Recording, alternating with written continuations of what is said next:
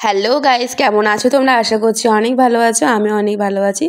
তো এই সকাল সকাল এই যে কার কার ভালো লাগে বলো তো এরকম শীতের সকালে চাউমিন খেতে একদম ভেজিটেবলস দিয়ে? আমার তো ভীষণ ভালো লাগে। তো সকালবেলা খাওয়া দাওয়া করে বেরিয়ে পড়েছিলাম সাইকেলটা ঠিক করতে। এই সাইকেল নিয়ে যে আমার কি ঝামেলা হয়েছে কি বলবো। পরপর দুদিন এরকম অবস্থা। তো দেখতে পাচ্ছ সাইকেলটাকে এখানে বললো যে কোনো রকম প্রবলেম হয়নি। আর এদিকে আমি ফুল আর মাংস নিয়ে চলে এসেছি। তো একসাথে নিইনি, আলাদাভাবেই নিয়েছিলাম। তো সাইকেলে আমার বারবার লিক হয়ে যাচ্ছে। আর এখান থেকে দই নিয়েছিলাম, কারণ আজকে দই চিকেন করবো বলে। তো এখানে পেঁয়াজটা ভেজে রেখে দিচ্ছি। আর একটু অন্যরকমভাবে করেছিলাম। আর চিকেনটা এখানে ম্যারিনেশন করেছি নর্মাল যেসব মশলা দিই তার সাথে একটু জাস্ট অ্যাড করেছিলাম সর্ষে তেল আর দই।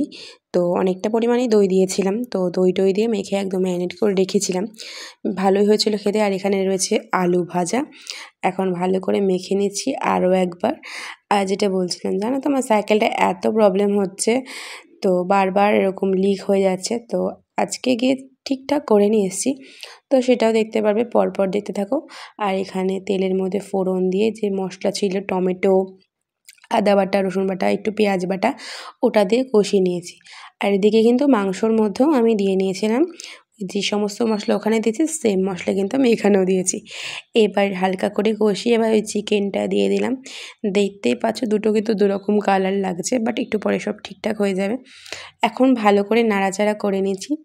তো এরপর দিয়ে দেবো ভাজা আলু, কারণ সিদ্ধ হওয়ার একটা ব্যাপার থাকে। তো এখানে অল্প করে চিকেন করে, যেহেতু আমি আর মা খাবো, বুঝতে পারছো। এখন মাংসটা ভীষণ ভালোভাবে কষিয়ে নিচ্ছি। আর যতক্ষণ না তেল ছাড়ছে একটু ঢেকে ঢেকে কষিয়ে নেবে। তো এটা আমি অন্যরকমভাবে করেছি। এরপর জাস্ট আমাদের ভেজে রাখা যে বেরেস্তাগুলো আছে, অল্প করে ছিল, তো বেরেস্তাগুলো দিয়ে একটু ঢাকা দিয়ে চলে গেছিলাম বাইরে। তো বাইরে চলেছি লাড্ডু হয়ে। আমার মা বলছে তুই খুব ঝাল দিয়েছিস, বুঝতে পারছি।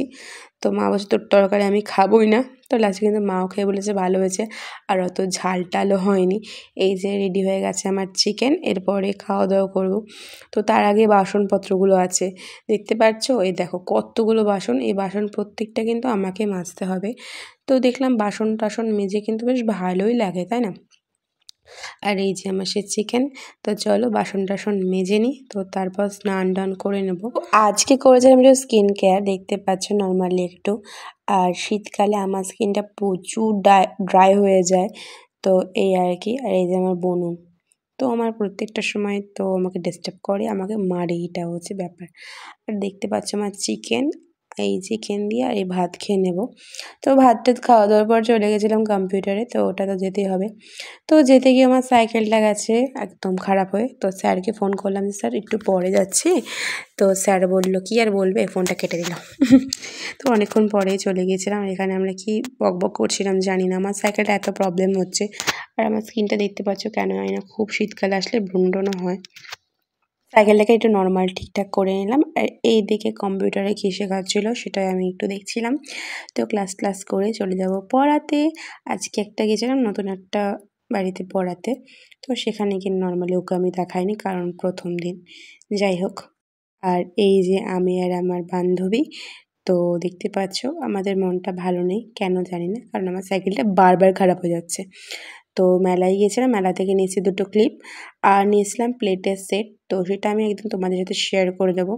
আর এখন খাচ্ছি কেক। আমার মা বলছে কেকটা খেয়ে চলে যাচ্ছি, না ম্যাগি খাবো তারপর যাব।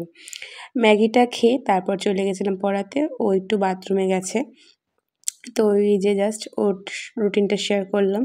তো চলো বাড়ি যাই। বেশ ভালো লেগেছে আজকে আমার পড়িয়ে, ফার্স্ট ডে। আর এই যে আমার চিকেন আর রুটি।